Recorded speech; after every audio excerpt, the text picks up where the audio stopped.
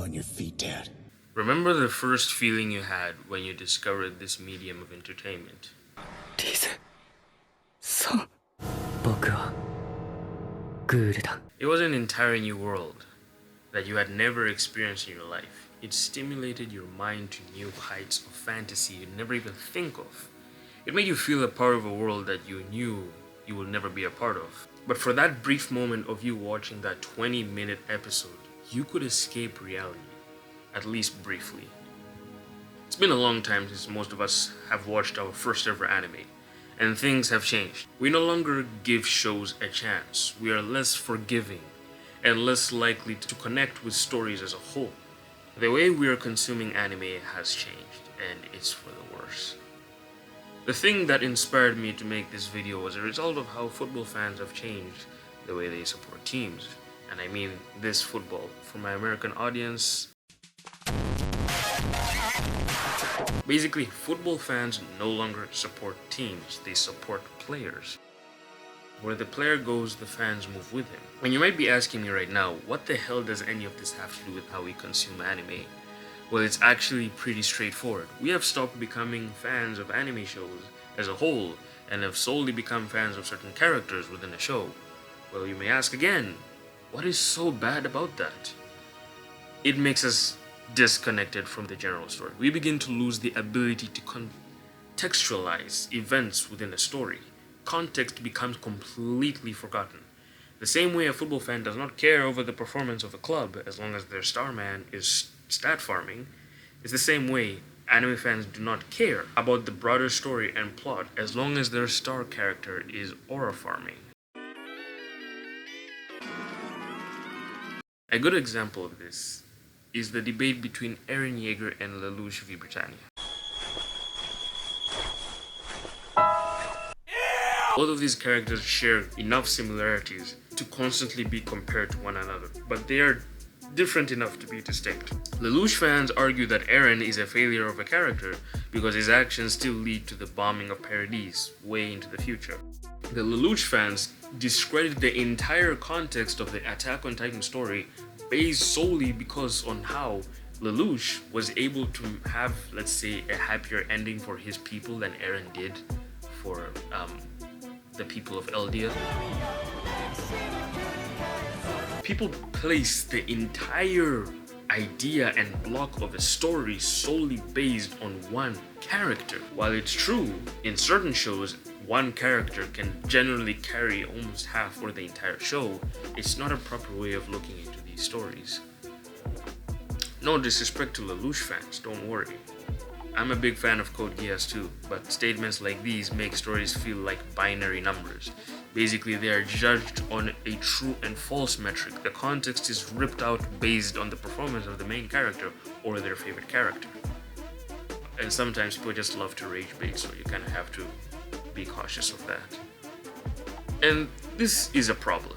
Sometimes though, I do understand disregarding the story in situations like Seven Deadly Sins, where the plot becomes so dumb you just have to root for Escanor as the last saving grace. To show my respect to you for getting serious and not holding back, I will do you the courtesy of the same.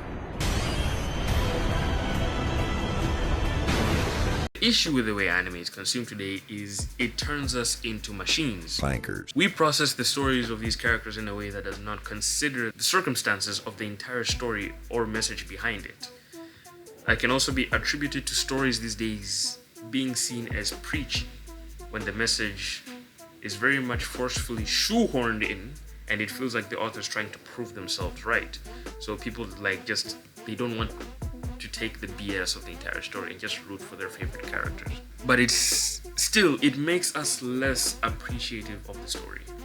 Take Jujutsu Kaisen for example. Its biggest strength is the systematic world building with rules that tie directly to the plot of the story. Cursed energy leaking from humans creating a world of horror, but guess what? Because of Team Sukuna, Team Gojo's, Team Yuji's, the focus isn't on how impressive the structure of the world is, but how cool their favorite character can shine in said stories. It's kind of sad, really. It's really sad. And being a fan of a character isn't bad. I myself have favorite characters in every anime I've watched. But when the character blurs the entire story for you to the point you disregard everything else, it becomes such a waste. But there's another reason why this is the case. Attachment is scary. Keep your hands off my woman, off my woman, off my woman. But if attachment is scary, isn't it worse to be attached to one character rather than the entire show? Well, take this as an example. If a football player flopped hard, it would come off as embarrassing. Embarrassing! But if a team was going through a downfall, it just hurts. When you place all your marbles in one character, the focus isn't on their journey, but rather is if they're better than everyone else. Because the thing is, it's easier to change your allegiances from one character to another. When a show is disappointing, when a show hurts, or when a show does decisions that really affect you as a person, sometimes where people don't like uncomfortable things in anime, you know? We don't like experiencing those really uncomfortable topics in anime.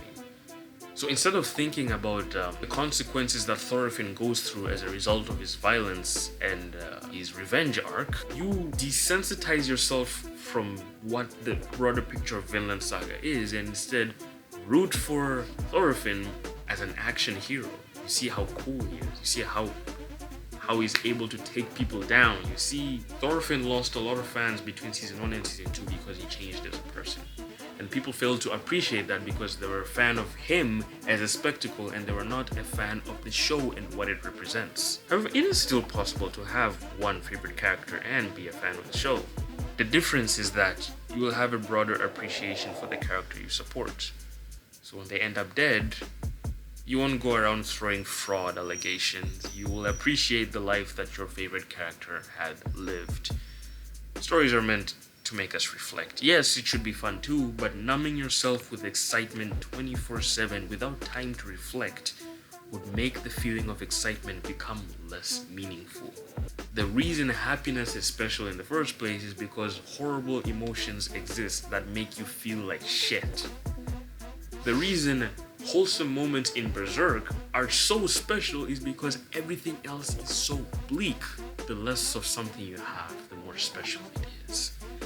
And numbing yourself with happiness, excitement 24/7 and wishing for your character to always outshine everyone in the anime with little regard for the broader story just makes anime become soulless, and it's where a majority of shows are heading. The biggest culprit here I can remember is the ending of My Hero Academia. It was very controversial. Why? Because Deku ended the story quirkless, powerless, and essentially almost unimportant. He ended up as a teacher. Not quite my tempo. For people whom are only fans of characters, it was a moment to flex on Deku fans. It makes them feel better that maybe their main characters had a quote-unquote better ending, you know. That Deku promised the viewers he'd be the #1 greatest hero ever, and in my opinion, he did become the #1 greatest hero. A lot of people felt betrayed. The anime taught about heroism doesn't have to be all spectacle, you know? You'd rather be a Moomin Rider than a flashy Bakugo. And people don't agree with that because in the current world we're in, I understand why people don't agree with that. You know, corporations have failed us for a long time, so it's really hard to take the selfless route. I myself am not selfless. Why do we need to give money to taxes and social security? That money needs to go to fun stuff, like chicken nuggies. But it's nice to see it portrayed in stories every now and then. But I don't think the ending was ever bad. The story showed that being a hero isn't about the accolades and the prestige. And yes, it was disappointing for us, the viewers, because we've been following Deku since episode 1. But there is still a counter-argument. Anime is art, and entertainment is supposed to be an escape from reality. And yes, even in My Hero Academia, it does provide us with moments to escape reality. Through beautiful animation, high intense fights, and the over-the-top yelling, but the story needs to show you every once in a while that things can get ugly. But we don't really care about that anymore. What's your take though? Do you believe that anime fans should solely focus on specific characters as it's an easier form of escapism? Or does the entire story deserve a chance, even if it hurts like hell? Now, the thing is, I don't think anime itself will ever change. Anime has always been a medium of character-driven stories, so it's easier to root for characters than the entire story as a whole. but I feel like there's more positive ways we could be consuming this medium, you know.